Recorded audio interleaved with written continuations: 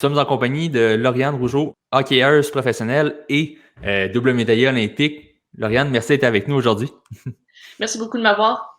Oui, donc comme en fait la plupart des gens le savent, la Ligue de hockey, en fait, la Ligue canadienne de hockey féminin a malheureusement cessé il y a quelques années.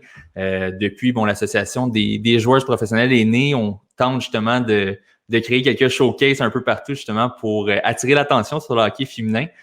Justement, tout récemment, en fait, cette semaine, il y avait un showcase à Calgary. Je voulais avoir un peu ton point de vue justement de l'expérience que tu as vécue cette semaine là-bas. Oui, en fait, c'était une expérience assez différente que ce qu'on était habitué avec les réglementations entourant la pandémie puis le COVID. On est arrivé à Calgary le 19 mai, puis on a passé 4 jours en quarantaine, en isolement, seul dans notre chambre d'hôtel, juste recevoir nos repas à la porte, puis c'est tout. Puis c'est la seule fois qu'on pouvait voir peut-être une fille sortir de la tête, mais après ça, c'était vraiment juste ça. Puis après le 4e jour, on a eu une pratique, puis les games ont commencé tout de suite, puis disons que ça faisait longtemps qu'on n'avait pas joué autant de matchs en si peu de temps. C'était 5 matchs en 7 jours. Pour nous, c'était quelque chose que on avait hâte de jouer. Ça faisait 15 mois qu'on n'avait pas eu de compétition. On faisait juste pratiquer sur la glace. Alors, on était vraiment excités de pouvoir enfin jouer un match contre d'autres équipes. Puis la plupart de vos matchs étaient diffusés à Sportsnet. Évidemment, c'est une super de belle vitrine là, pour le hockey féminin.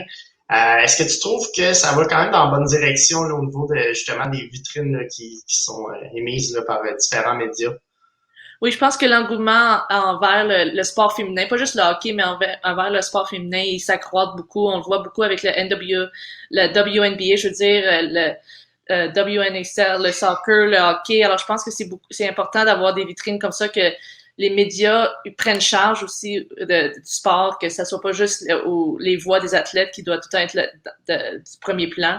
Puis je pense qu'on a vu avec Sportsnet si on peut dire en anglais, le panel, c'était tout du féminin avec Caroline Ouellet, Jennifer Botterill, Blake Bolden, avec tous ces joueuses-là, Cassie Campbell. Alors, je pense que c'est important d'utiliser les joueuses, les anciennes joueuses pour redonner au hockey féminin, pour que les jeunes joueuses puissent dire, si j'ai pas une carrière professionnelle au hockey, je peux avoir une avenue dans d'autres différents métiers. Alors, je pense que c'est important pour ça. Puis pour nous, on est très reconnaissant de Sportsnet, puis on sait que c'est un pas dans la bonne direction, puis on espère que ça va continuer comme ça.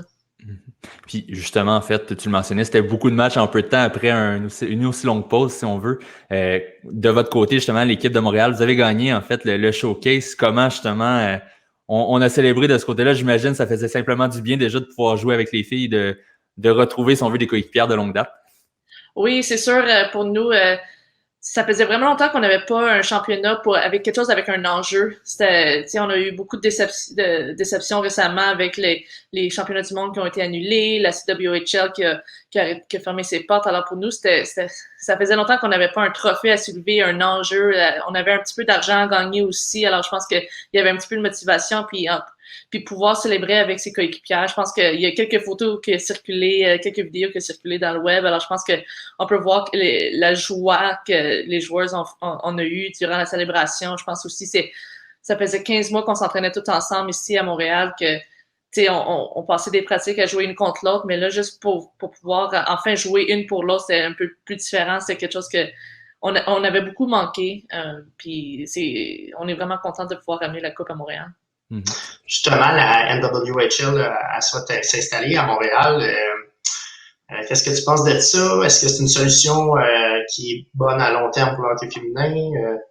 Mais je pense que la solution pour le hockey féminin, c'est vraiment d'avoir une ligue. C'est pas d'avoir 2 ligues qui se compétitionnent pour avoir des différentes joueurs. Alors, je pense que il va falloir avoir des pourparlers avec les 2 ligues pour dire est-ce qu'on va pouvoir enfin mettre tous nos effectifs ensemble pour le hockey féminin, non juste continuer à se combattre puis à mettre des équipes dans différentes villes. Je pense que il va falloir vraiment avoir l'unité ensemble pour avoir une ligue dans le futur pour que le hockey féminin puisse enfin respirer puis s'accroître.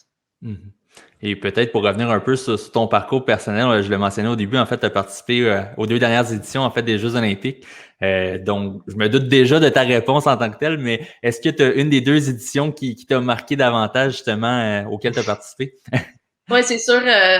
Ma première édition, c'était Sochi, puis on a gagné la médaille d'or d'une façon très électrisante, si on peut dire. Alors, je pense que c'est un moment inoubliable pour moi. Chaque jeu sont différents. Même si on a eu une médaille d'argent, c'est quand même incroyable de pouvoir dire que je suis allée aux Jeux olympiques 2 fois. Alors, c'est sûr que c'est une situation différente, mais je pense que ma première fois en tant que recrue puis avoir gagné la médaille d'or, je pense que c'est vraiment inoubliable. Et justement, en fait, les deux jeux sont dans des pays différents, mais très différents sur le plan culturel également. Est-ce qu'à l'extérieur de la patinoire, justement, tu as des moments en particulier qui t'ont marqué de tes deux participations? Ben, c'est ça, c'est des jeux vraiment différents parce que Sochi, c'est vraiment, ils ont créé une bulle en plein de milieu de nulle part, puis c'était vraiment difficile de sortir de la ville. Puis Pyeongchang, c'est différent. Oui, on a pu sortir un petit peu puis visiter, c'est un peu plus facile de visiter. On est allé dans des karaoke bars après la célébration. Sochi, c'était vraiment plus à l'intérieur qu'on a célébré. Alors, c'est juste un petit peu différent l'environnement, mais les deux, j'ai beaucoup de mémoires fantastiques.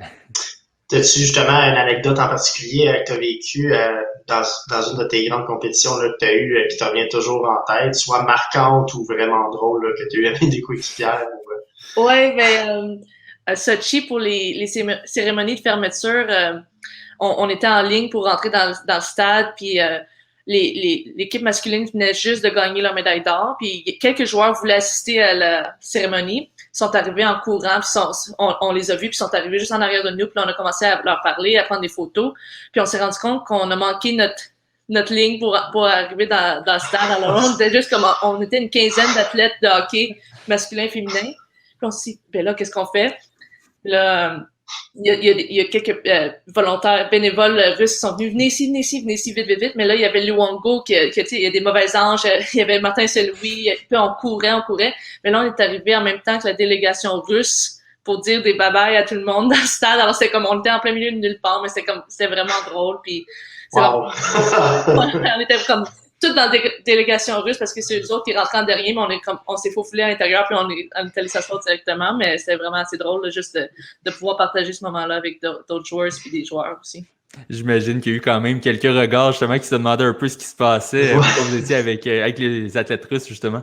Oui, mais les cérémonies de fermeture sont un peu plus lousses que les cérémonies d'ouverture. Alors je pense que c'est plus un gros party où est-ce que les athlètes peuvent marcher n'importe où, mais c'est sûr que c'était vraiment différent de rentrer avec l'équipe haute et non avec ton équipe. Alors je pense que c'est assez drôle pour nous autres. Vous n'êtes pas trop fait taper ses doigts là. Il y a moins de protocole dans la cérémonie d'ouverture de fermeture là.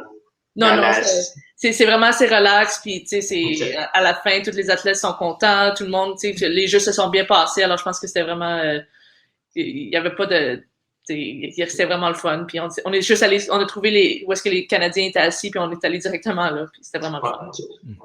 Et sinon, pour le point de vue par rapport justement au prochain jeu, malheureusement, en fait, sur la liste préliminaire justement d'équipe Canada, donc tu ne faisais pas partie de la liste des 28 joueurs sélectionnés, 28 joueurs, pardon. Comment justement as-tu vécu cette non-sélection-là en vue des prochains Jeux olympiques en 2022? Oui, c'est sûr, pour moi, c'était un choc. Je pensais pas m'être coupée aussi vite.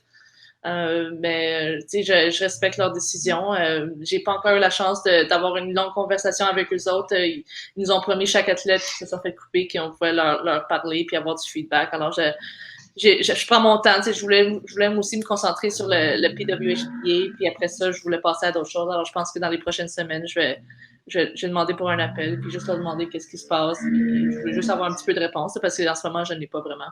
Mm-hmm. Ben justement, qu'est-ce qui t'attend pour la suite? As-tu des nouveaux objectifs dans le monde du hockey ou à l'extérieur? Je pensais pas être ici en ce moment. Alors, je pensais m'entraîner puis aller déménager à Calgary. Alors, je pense que je vais prendre les prochaines semaines pour vraiment décider qu'est-ce que je veux faire, si je veux continuer à jouer au hockey ou non, si je veux me diriger vers une vie professionnelle dans le monde du sport. Je pense que j'ai fait une maîtrise en gestion du sport. Alors, je pense que je veux vraiment j'aimerais vraiment rester dans le monde du hockey. Je ne sais pas dans quelle capacité en ce moment. Alors, je pense que c'est vraiment le temps pour moi de prendre mon temps, de profiter de l'été. J'ai jamais eu un été sans avoir d'enjeu pour la prochaine saison. Alors, ça va être un peu plus différent, mais je pense que je vais vraiment essayer de réaliser de trouver mon prochain rêve. Si je veux. Et justement, en fait, quand on regarde les 28 joueurs sélectionnés, justement, bon, il y a seulement 3 Québécoises qui font partie de la liste. Est-ce qu'en tant que tel, c'est une surprise du côté du développement, si on veut, du hockey au Québec? Il y a peut-être moins justement de jeunes filles qui s'inscrivent, exemple, que dans l'Ontario ou dans les autres provinces. Penses-tu qu'il y a un problème où peut-être on doit revoir la façon de perfectionner, si on veut, de développer les jeunes joueurs?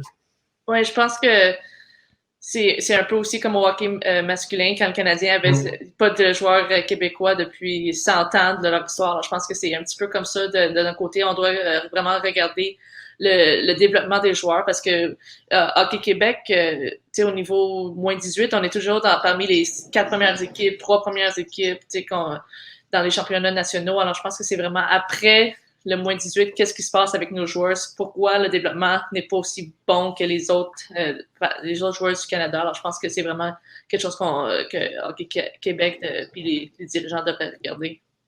Et de ton côté, est-ce que tu te vois justement peut-être développer les jeunes joueurs, éventuellement prendre un rôle justement d'entraîneur et, si on veut, leur montrer le droit chemin? Ben, je sais pas si j'ai une passion pour le coaching, mais peut-être plus dans le player personnel, game operations différents, comme, je sais pas, le plus administration puis opération. Je me vois plus que le coaching. Mais on va évidemment continuer en fait de te suivre et évidemment te souhaiter la meilleure des chances pour la suite, que ce soit dans tes autres projets ou même pour la suite de ta carrière d'hockeyeur. Donc, Lauriane, merci en fait beaucoup du temps que tu nous as accordé aujourd'hui. C'est très apprécié. Merci beaucoup.